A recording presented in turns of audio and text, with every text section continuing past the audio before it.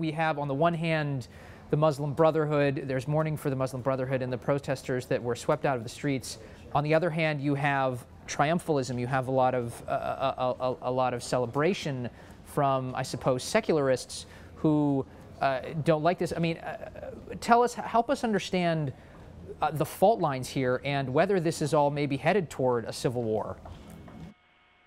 Well, you definitely have, this deepening sense of both extremism and a hardening of political ideologies that on some level revolve around religion and political Islam, but you also have, this nebulous sense of justice and what's just. And, the military started this crackdown and started threatening the crackdown more than 6 weeks ago when they ousted the president.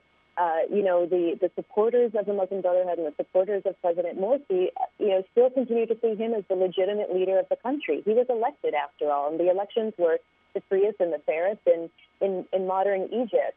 So there's a sensibility of history sort of repeating itself, where you have an opposition party that was crushed and almost demolished under the Mubarak regime. That is seeing itself crushed again, or feeling like it's being crushed again, even though they play by the rules of democracy. And then you have this entire other force within the country, the force that says, we are the protectors of the nation, the armed forces that has always been the from a PR standpoint, the most trusted institution in the land. And so Egyptians are caught between these two big juggernauts, and some of it revolves around religion. There's a sense of divine intervention here, where the Muslim Brotherhood thinks that it's their time to rule, and the rest of the country believes that they did a terrible job ruling.